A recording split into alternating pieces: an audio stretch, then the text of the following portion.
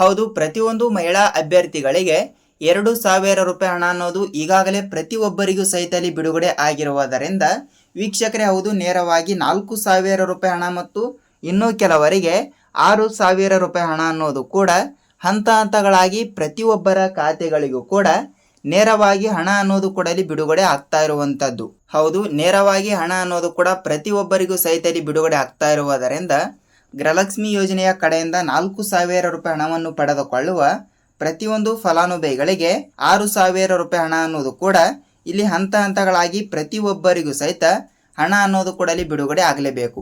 ಹೌದು, ನೇರವಾಗಿ ಹಣ ಅನ್ನೋದು ಕೂಡ ಬಿಡುಗಡೆ ಮಾಡುವ ಈಗಾಗಲೇ ನೋಡಿ ವೀಕ್ಷಕರೇ, ರಾಜ್ಯದ ಮುಖ್ಯಮಂತ್ರಿ ಆಗಿರುವ ಡಿ.ಕೆ. ಶಿವಕುಮಾರ್ ಸರ್ ಅವರು ಮತ್ತು ಅದೇ ರೀತಿಯಾಗಿಯೂ ಕೂಡ ಮಹಿಳಾ ಮತ್ತು ಮಕ್ಕಳ ಕಲ್ಯಾಣ ಅಭಿವೃದ್ಧಿ ಇಲಾಖೆಯ ಸಚಿವರಾಗಿರುವ ಹೆಬ್ಬಾಳ್ಕರ್ ಮೇಡಮ್ ಅವರು ಕೂಡ ಅವರು ಕೂಡ ಈ ರೀತಿ ಒಂದು ಹೇಳಿಕೆಯನ್ನು ಕೊಟ್ಟಿರುವುದರಿಂದ ಹೌದು, ಪ್ರತಿ ತಿಂಗಳು ಕೂಡ 2,000 ರೂಪಾಯಿ ಹಣವನ್ನು ಪಡೆದುಕೊಳ್ಳುವ ಪ್ರತಿಯೊಂದು ಗೃಹಲಕ್ಷ್ಮಿ ಫಲಾನುಭವಿಗಳಿಗೆ ನೇರವಾಗಿ ಹಣ ಅನ್ನೋದು ಕೂಡ ಪ್ರತಿಯೊಬ್ಬರ ಖಾತೆಗಳಿಗೂ ಕೂಡ ಬಿಡುಗಡೆ ಆಗಲೇಬೇಕು.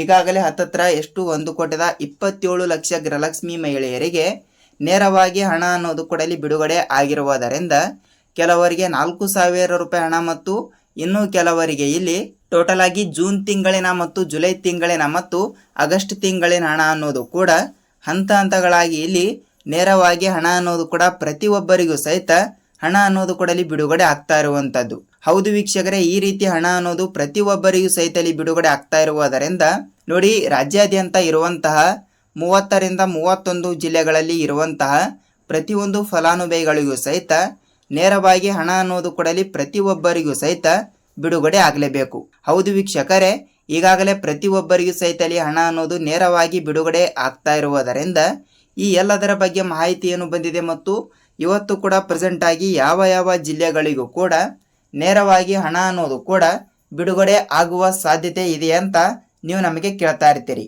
ಹೌದು, ನೇರವಾಗಿ ಹಣ ಅನ್ನೋದು ಪ್ರತಿಯೊಬ್ಬರಿಗೂ ಸಹಿತ ಬಿಡುಗಡೆ ಆಗ್ತಾ ಇರುತ್ತದೆ. ಹಾಗಿದ್ರೆ ಪ್ರೆಸೆಂಟ್ ಆಗಿ ಇವತ್ತು ಕೂಡ ಯಾವ ಜಿಲ್ಲೆಗಳಿಗೆ ಹಣ ಅನ್ನೋದು ಕೂಡ ಬಿಡುಗಡೆ ಆಗ್ತಾ ಇದೆ ಮತ್ತು ಈ ಎಲ್ಲದರ ಬಗ್ಗೆ ಮಾಹಿತಿ ಏನು ಬಂದಿದೆ ಅಂತ ನಾವು ಈ ಒಂದು ವಿಡಿಯೋದಲ್ಲಿ ಮಾಹಿತಿಯನ್ನು ತಿಳಿದುಕೊಳ್ಳುತ್ತಾ ಹೋಗೋಣ.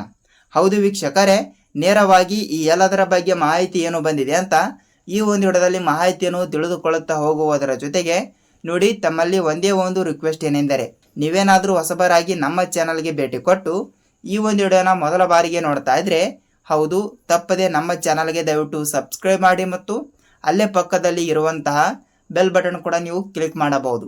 ಯಾಕೆಂದರೆ ನೋಡಿ, ನಾವು ಪ್ರತಿಯೊಂದು ವಿಡಿಯೋಗಳನ್ನು ಕೂಡ ಬಿಡ್ತಾ ಇರ್ತೀವಿ.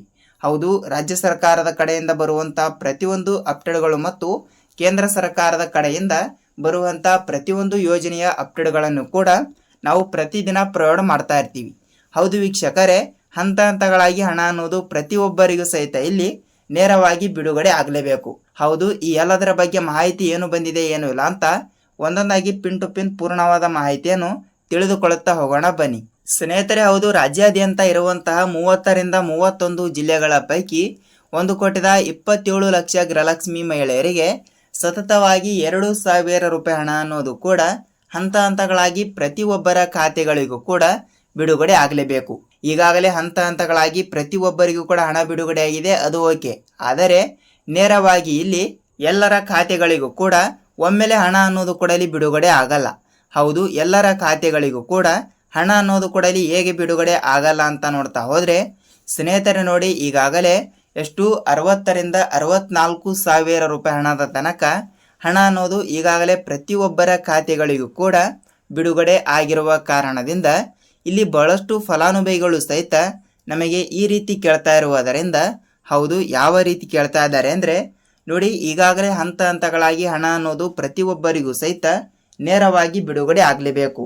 ಅಂದರೆ ಈಗಾಗಲೇ ನೋಡಿ ವೀಕ್ಷಕರೇ, ಪ್ರತಿ ತಿಂಗಳು ಕೂಡ 2,000 ರೂಪಾಯಿ ಹಣ ಅಂದರೆ 1 ರಿಂದ 31 ಅಥವಾ 32ನೆಯ ಕಂತಿನದ ತನಕ ಹಣ ಅನ್ನೋದು ಈಗಾಗಲೇ ಪ್ರತಿಯೊಬ್ಬರಿಗೂ ಸಹಿತ ನೇರವಾಗಿ ಬಿಡುಗಡೆ ಆಗಿರುವುದರಿಂದ ಈ ಒಂದು ಹಣವನ್ನು ಕೆಲವರಿಗೆ ಬಿಡುಗಡೆಯಾಗಿದೆ ಮತ್ತು ಅದೇ ರೀತಿಯಾಗಿ ಕೂಡ ಯಾವುದೇ ರೀತಿಯಾಗಿ ಕೂಡ ಉಳಿದ ಫಲಾನುಭವಿಗಳಿಗೂ ಸಹಿತ ಹಣ ಅನ್ನೋದು ಕೂಡ ಬಿಡುಗಡೆ ಆಗಲ್ಲ.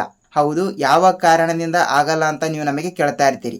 ನೋಡಿ ವೀಕ್ಷಕರೇ, ಎಲ್ಲರ ಖಾತೆಗಳಿಗೂ ಕೂಡ ಹಣ ಅನ್ನೋದು ಕೂಡ ಏಕೆ ಬಿಡುಗಡೆ ಆಗಲ್ಲ ಅಂತ ನೋಡ್ತಾ ಹೋದ್ರೆ ಹೌದು, ರಾಜ್ಯಾದ್ಯಂತ ಇರುವಂತಹ 30ರಿಂದ 31 ಜಿಲ್ಲೆಗಳು ಕೂಡಲಿ ಇರುವುದರಿಂದ ಸೊ ಎಲ್ಲರ ಖಾತೆಗಳಿಗೂ ಕೂಡ ಒಮ್ಮೆಲೆ ಹಣ ಅನ್ನೋದು ಕೂಡಲಿ ಬಿಡುಗಡೆ ಆಗಲ್ಲ. ಸೊ ಇವತ್ತು ಕೂಡ ಒಂದಿಷ್ಟು ಜಿಲ್ಲೆ ಮತ್ತು ನಾಳೆನೂ ಕೂಡ ಒಂದಿಷ್ಟು ಜಿಲ್ಲೆಗಳು ಅಂತ ಜಿಲ್ಲೆಗಳು ಸಹಿತಲಿ ವಿಂಗಡಣೆ ಮಾಡಲಾಗಿರುತ್ತದೆ.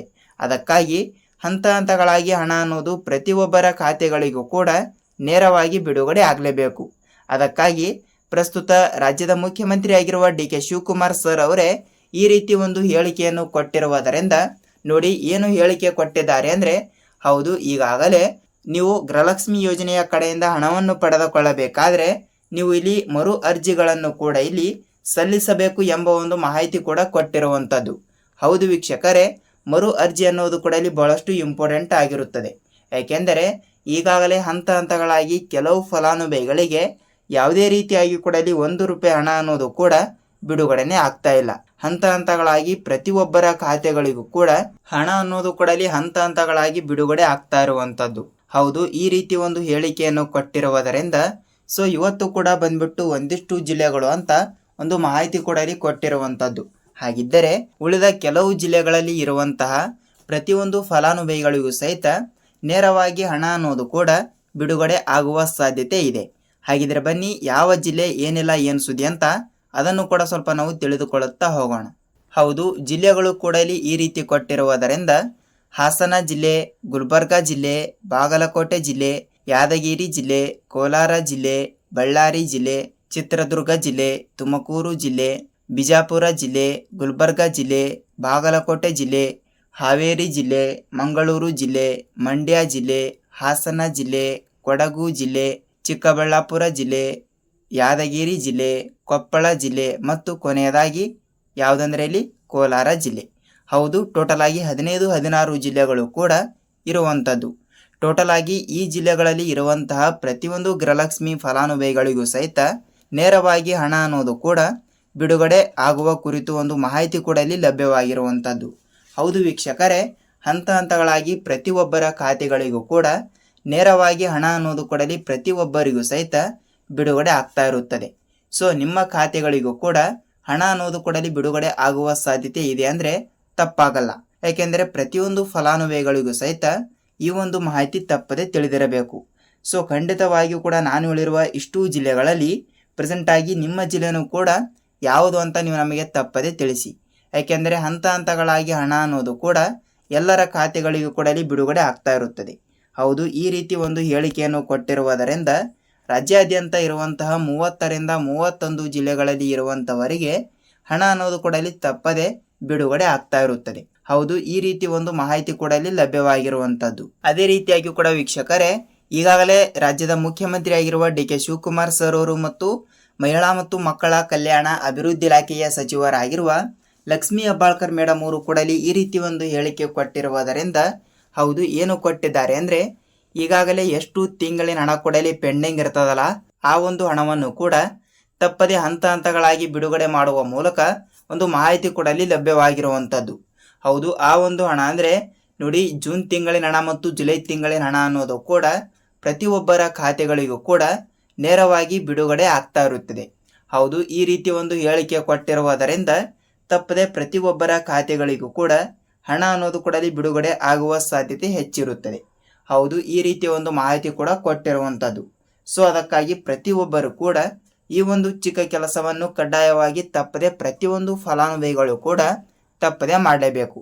ಹೌದು, ಯಾವ ಚಿಕ್ಕ ಕೆಲಸ ಅಂತ ನೋಡ್ತಾ ಹೋದರೆ ನೋಡಿ, ನಿಮ್ಮ ಬ್ಯಾಂಕಿಗೆ ನೀವು ಒಂದು ಸಲ ಭೇಟಿ ಕೊಟ್ಟು ತಪ್ಪದೆ KYC ಮಾಡಿದ್ದೀರಾ ಇಲ್ವಾ ಅಂತ ಒಂದು ಸಲ ನೀವು ತಪ್ಪದೆ ಪರಿಶೀಲಿಸಿ. ಹೌದು, KYC ಅನ್ನೋದು ಕೂಡ ಅಲ್ಲಿ ಬಹಳಷ್ಟು ಇಂಪಾರ್ಟೆಂಟ್ ಆಗಿರುತ್ತದೆ. ಖಂಡಿತವಾಗಿಯೂ ಕೂಡ ಪ್ರತಿಯೊಬ್ಬರು ಕೂಡ ಈ ಒಂದು ಚಿಕ್ಕ ಕೆಲಸವನ್ನು ಮಾಡಿದರೆ ನಿಮಗೆ ನೇರವಾಗಿ ಹಣ ಬಿಡುಗಡೆ ಆಗುವ ಸಾಧ್ಯತೆ ಹೆಚ್ಚಿರುತ್ತದೆ. ಹೌದು, ಇದಾಗಿತ್ತು ಈ ದಿನದ ಗೃಹಲಕ್ಷ್ಮಿ ಯೋಜನೆಯ ಕಡೆಯಿಂದ ಲೇಟೆಸ್ಟ್ ಆಗಿ ಬಂದಿರುವಂತಹ ಈ ದಿನದ ಒಂದು ಮಾಹಿತಿ. ಈ ಒಂದು ವಿಡಿಯೋದ ಬಗ್ಗೆ ನಿಮಗೆ ಏನೇ ಡೌಟ್ ಇದ್ದರೂ ಕೂಡ ನೀವು ನಮಗೆ ತಿಳಿಸಬಹುದು.